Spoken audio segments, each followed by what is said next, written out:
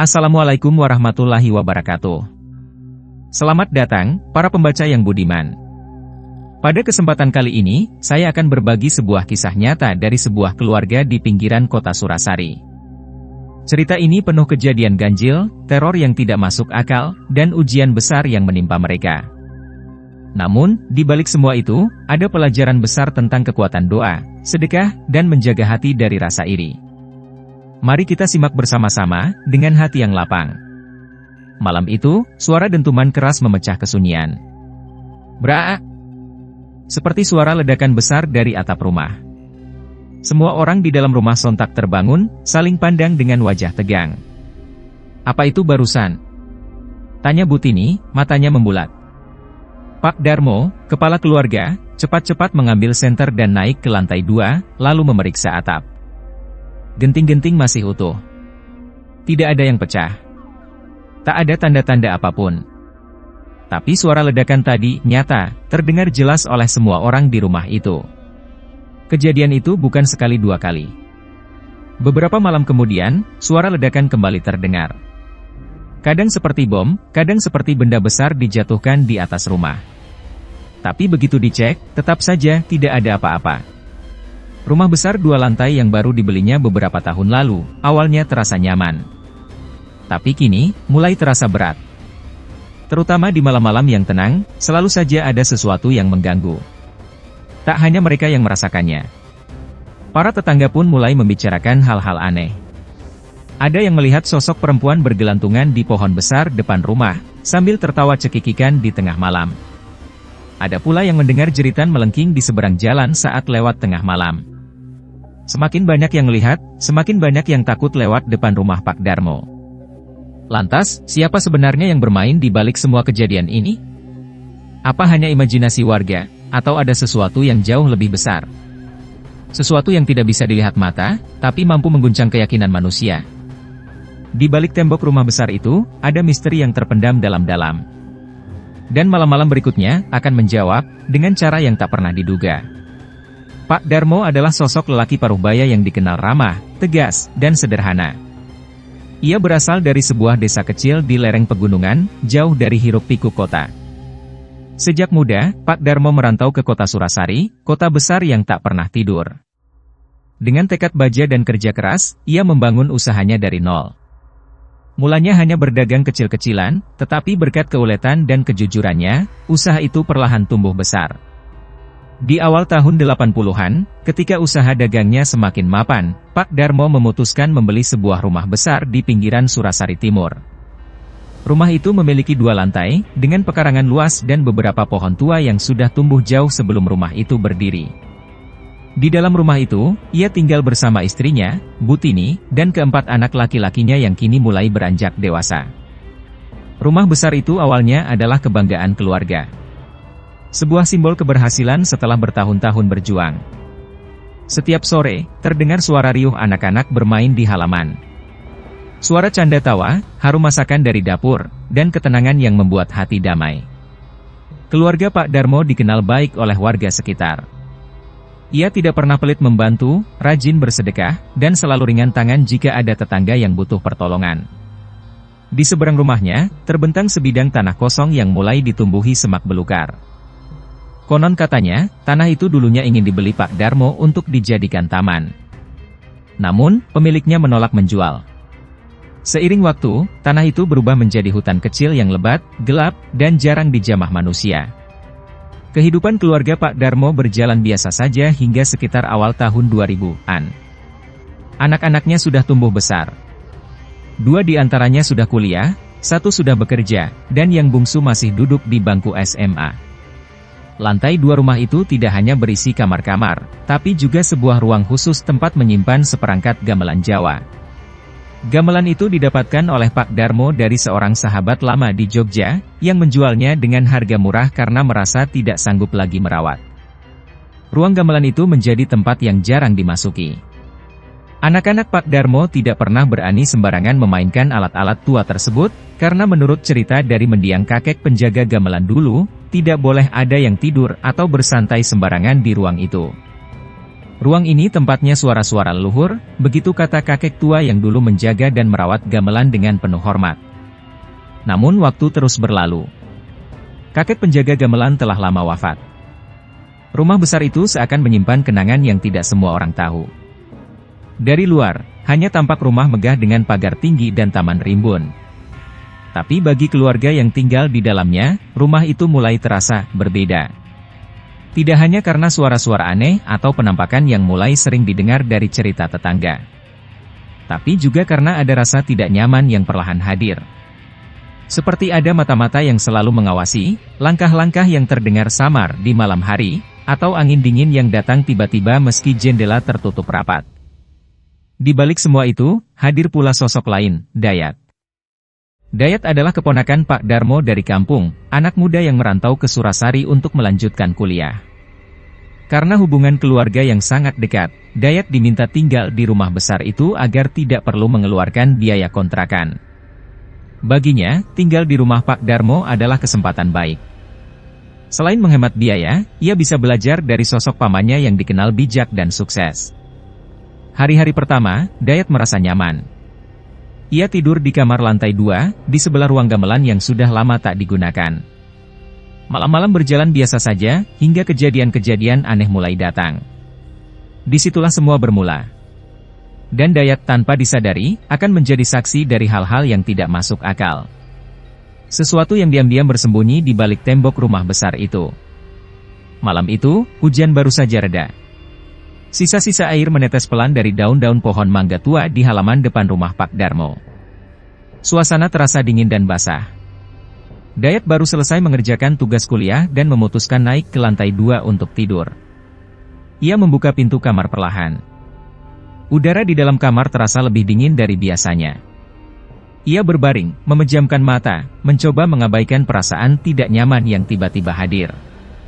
Tapi belum lama matanya terpejam, ia merasakan sesuatu. Ada yang menepuk-nepuk kakinya pelan.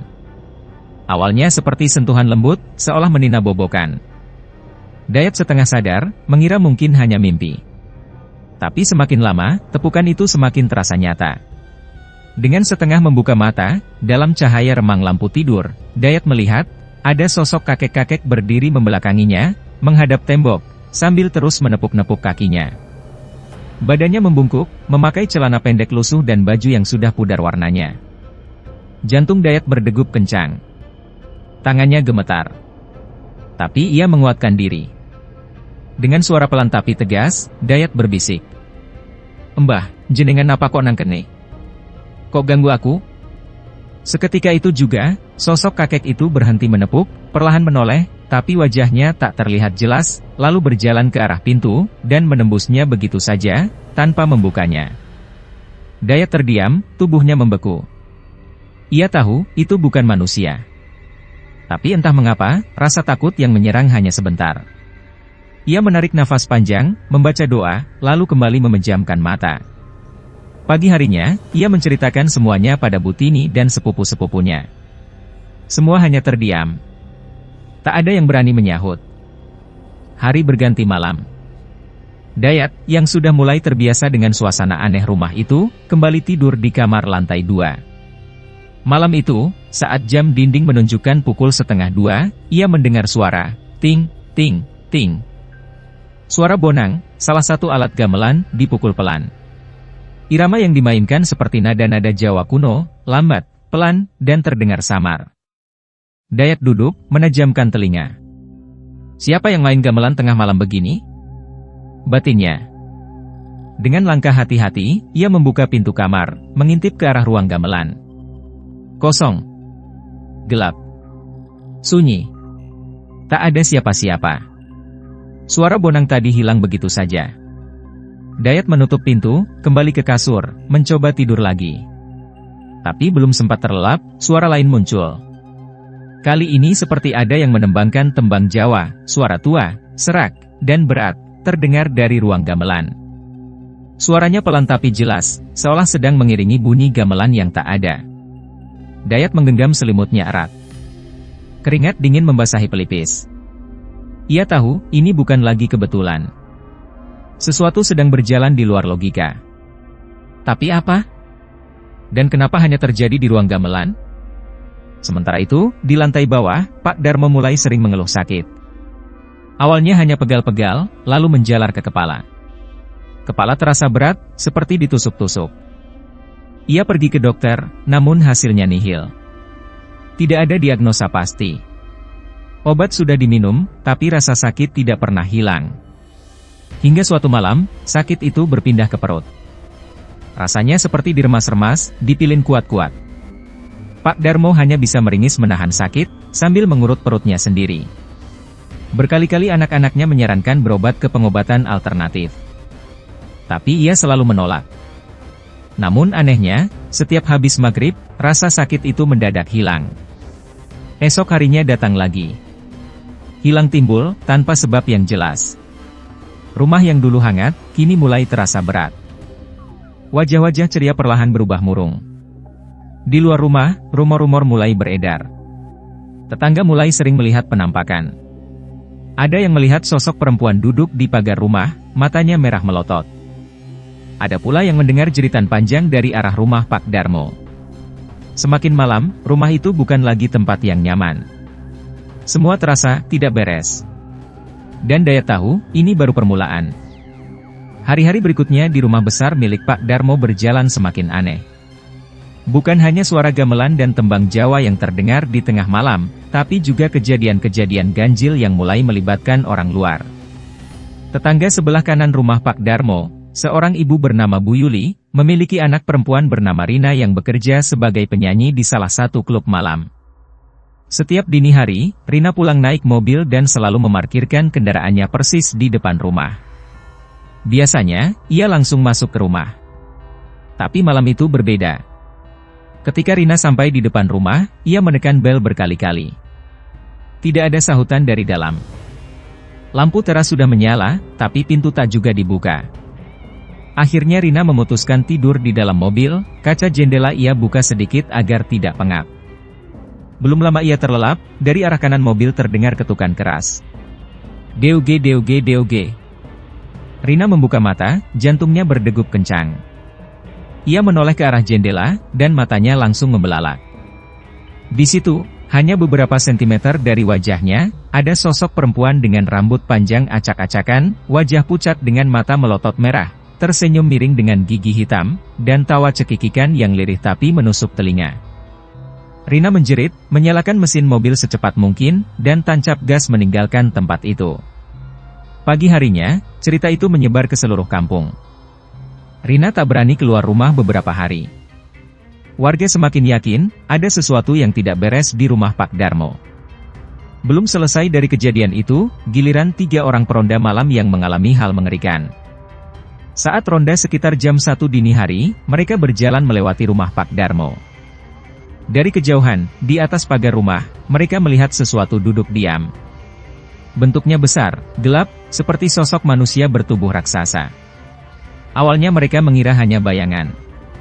Tapi saat mendekat, sosok itu perlahan menoleh, sepasang mata merah menyorot tajam, disertai suara mengeram berat yang membuat bulu kuduk berdiri. Ketiga peronda itu lari pontang-panting, keringat dingin membasahi tubuh mereka meski udara malam begitu dingin. Keesokan harinya, cerita itu kembali menyebar. Rumah Pak Darmo mulai menjadi bahan bisik-bisik. Ada yang berani mengaku melihat, ada yang memilih diam karena takut. Setiap malam, tidak ada lagi orang yang berani lewat di depan rumah itu. Sementara itu, kondisi Pak Darmo makin menurun. Kepala dan perutnya sering terasa sakit luar biasa. Kadang-kadang, tangannya mati rasa, seperti tidak bisa digerakkan. Ia mulai sering murung, lebih banyak berdiam diri, dan wajahnya tampak lelah. Anak-anaknya terus membujuk agar mau berobat ke pengobatan alternatif yang sudah lama disarankan. Akhirnya, dengan berat hati, Pak Darmo mengiyakan. Bersama anak-anak dan Dayat, ia pergi keluar kota, menempuh perjalanan hampir 1 jam. Mereka bertemu dengan seorang ustaz sepuh yang terkenal ahli dalam pengobatan spiritual. Begitu Pak Darmo duduk, ustaz itu hanya menatapnya beberapa detik.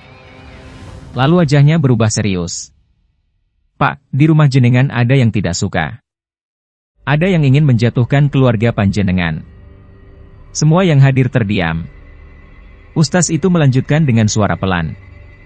Saya melihat, di belakang garasi rumah, ada kamar kecil dengan toilet. Betul? Pak Darmo, Bu Tini, anak-anak, dan Dayat langsung saling pandang. Tidak ada yang pernah memberitahu apapun. Bagaimana Ustaz itu bisa tahu letak kamar yang jarang sekali dibicarakan? Iya, Pak Ustaz. Memang ada kamar di situ, jawab Pak Darmo pelan. Ustaz itu menarik napas dalam. Di sanalah, Pak, ada sesuatu yang ditanam. Sesuatu yang buruk. Pak Darmo hanya tertunduk. Perjalanan pulang terasa panjang dan sunyi. 2 minggu kemudian, Ustaz itu datang ke rumah. Dengan membawa peralatan sederhana, ia langsung menuju kamar kecil di belakang garasi. Ia meminta semua orang menyingkirkan kasur. Kemudian lantai kamar mulai dicongkel. Tukang gali dipanggil, menggali pelan-pelan. 1 meter, 2 meter, hanya tanah dan air yang keluar. Semakin dalam, air mulai menyembur. Hingga akhirnya, cangkul tukang itu mengenai sesuatu. Kain putih. Kain kafan. Semua terdiam. Ustaz meminta agar diangkat pelan-pelan. Ketika diangkat, bungkusan kain itu ternyata berisi benda-benda aneh, telur ayam kampung, rambut panjang, silet, paku karatan, bunga-bungaan, dan benda-benda lainnya yang membuat bulu kuduk berdiri.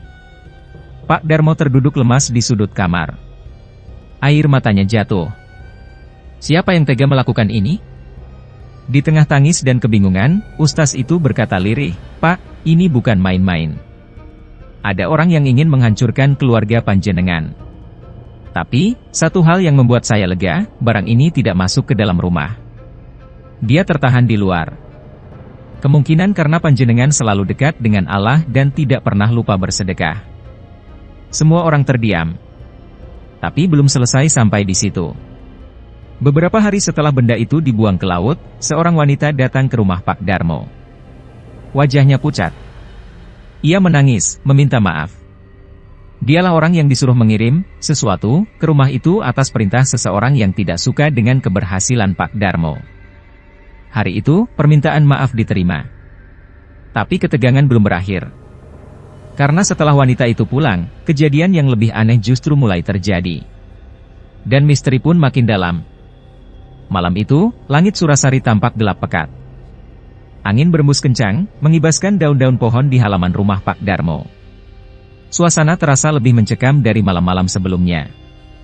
Setelah penggalian dan penemuan benda-benda terkutuk itu, bukannya tenang, justru rumah Pak Darmo semakin dihantui kejadian-kejadian di luar nalar.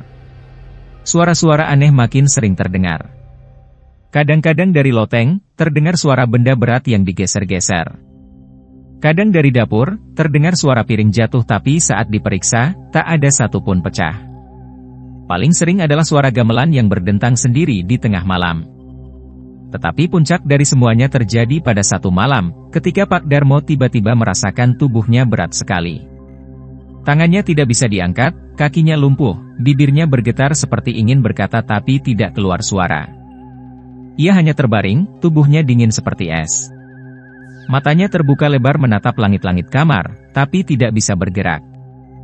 Bu Tini panik, memanggil anak-anaknya. Mereka semua berlarian ke kamar Pak Darmo. Dayat ikut naik ke lantai atas dengan wajah tegang. Ada apa, Bu? Ibumu ndak ngerti, Le. Bapakmu mendadak diam seperti ini. Badannya dingin, matanya kosong. Dayat memegang tangan Pak Darmo. Dingin. Nafasnya pendek-pendek. Tubuhnya gemetar kecil, seperti ada sesuatu yang menekan dadanya. Saat Dayat menunduk lebih dekat ke wajah pamannya, ia mendengar bisikan lirih, sangat pelan. Tolong, tolong. Tiba-tiba, dari arah ruang gamelan, terdengar bunyi gong dipukul keras. Tong. Suaranya menggema menembus dinding, membuat semua orang tersentak. Anak-anak Pak Darmo berteriak. Bu Tini menangis.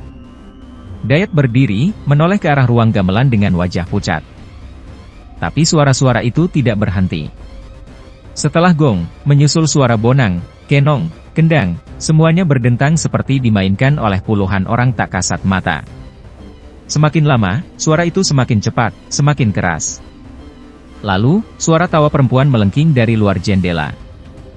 Tertawa cekikikan panjang, diiringi suara jeritan lirih seorang laki-laki. Seakan rumah itu dikepung makhluk-makhluk tak terlihat yang datang dengan dendam membara.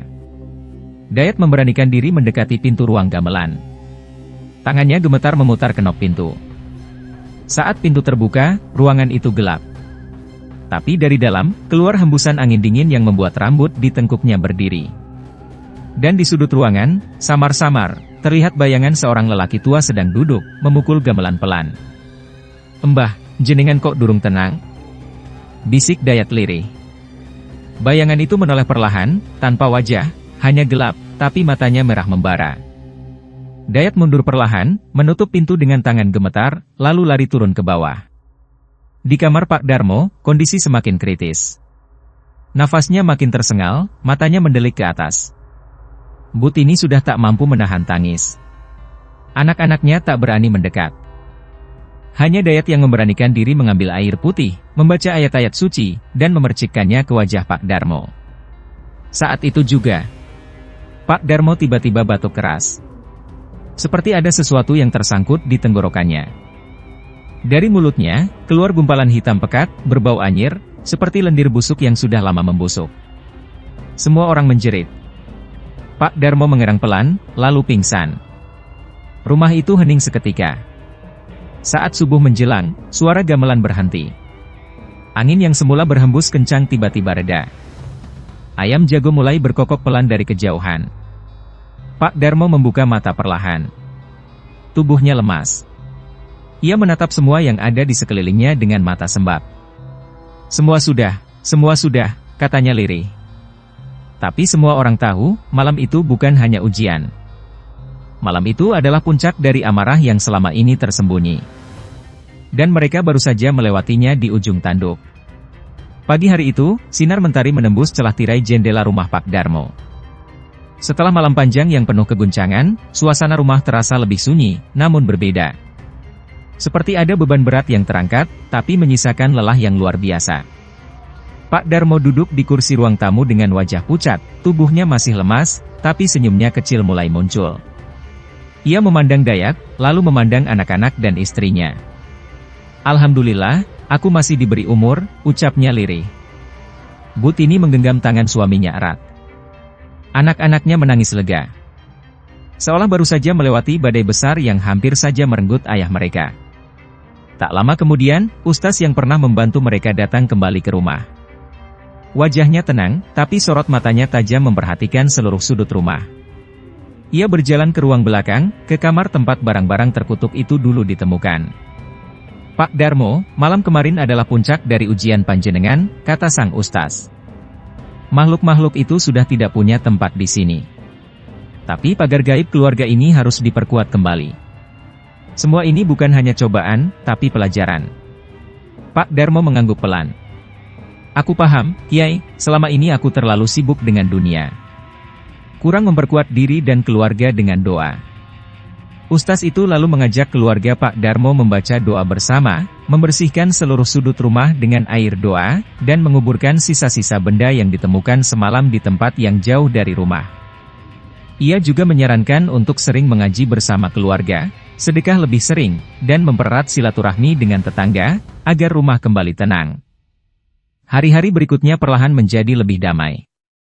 Suara-suara aneh yang dulu sering terdengar, mulai hilang.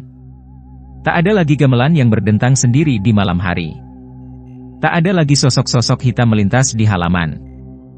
Tetangga yang dulu takut melewati rumah itu, kini mulai berani melintas kembali. Anak-anak kecil sudah berani bermain di depan rumah, tertawa riang seperti dulu. Bahkan, tanah kosong di depan rumah yang dulu menjadi belukar lebat, kini mulai dibersihkan. Pak Darmo memutuskan menyewa tukang untuk merapikan dan menanaminya dengan pohon buah. Meski perlahan tenang, beberapa bekas luka batin masih tersisa. Setiap kali malam turun dan angin berembus lewat jendela, Butini kadang masih terbangun, menengok sekeliling dengan rasa cemas. Tapi doa-doa yang selalu dipanjatkan membuat hatinya tenang kembali. Dayat, yang sudah kembali fokus kuliah, kadang masih teringat sosok kakek tua yang menepuk kakinya dan menembang di ruang gamelan. Tapi ia belajar memahami, bahwa tidak semua yang tak terlihat datang untuk menyakiti. Kadang mereka hanya bagian dari dunia lain yang berjalan berdampingan dengan dunia manusia. Beberapa minggu kemudian, kabar datang dari orang yang dulu pernah mengirim santet ke keluarga Pak Darmo. Wanita itu kini terbaring sakit, tidak bisa bangun dari ranjang, hanya bisa menatap kosong. Mulutnya tak mampu bicara. Orang-orang bilang, ia terkena kembang amil, sakit panjang tanpa bisa sembuh ataupun meninggal. Pak Darmo hanya bisa menggeleng pelan saat mendengar kabar itu. Ia tidak membalas dengan kebencian, hanya berkata pelan, semoga Allah mengampuninya, dan menjauhkan keluargaku dari fitnah yang sama. Rumah besar itu, yang dulu menakutkan bagi banyak orang, perlahan kembali hangat. Suara canda tawa kembali terdengar dari halaman. Suasana yang dulu hilang, mulai pulih. Namun, semua yang terjadi meninggalkan satu pesan penting bagi keluarga Pak Darmo. Sekuat apapun usaha, setinggi apapun pencapaian, jika tidak diiringi dengan kedekatan kepada Tuhan, maka akan selalu ada celah bagi keburukan untuk masuk. Dan rumah itu, kini tidak hanya dijaga oleh pagar dan tembok, tapi oleh doa-doa yang mengalir dari hati, oleh sedekah yang tulus, dan oleh niat baik yang tak pernah putus. Waktu terus berjalan. Musim berganti. Rumah besar milik Pak Darmo kini kembali menjadi tempat yang damai. Hari-hari penuh ketegangan dan teror perlahan menjadi kenangan yang tersimpan dalam-dalam di benak seluruh anggota keluarga.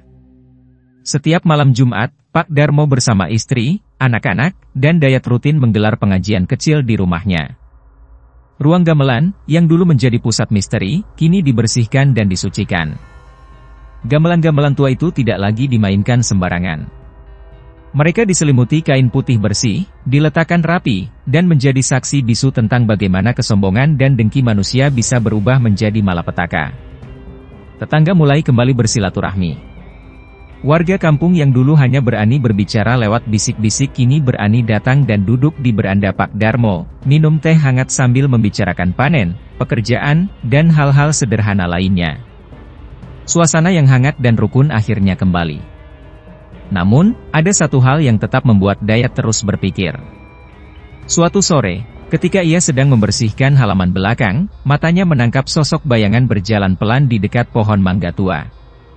Bayangan itu berdiri, membelakanginya, dengan tubuh membungkuk, sangat mirip dengan sosok kakek yang pernah ia lihat di kamarnya malam-malam dulu.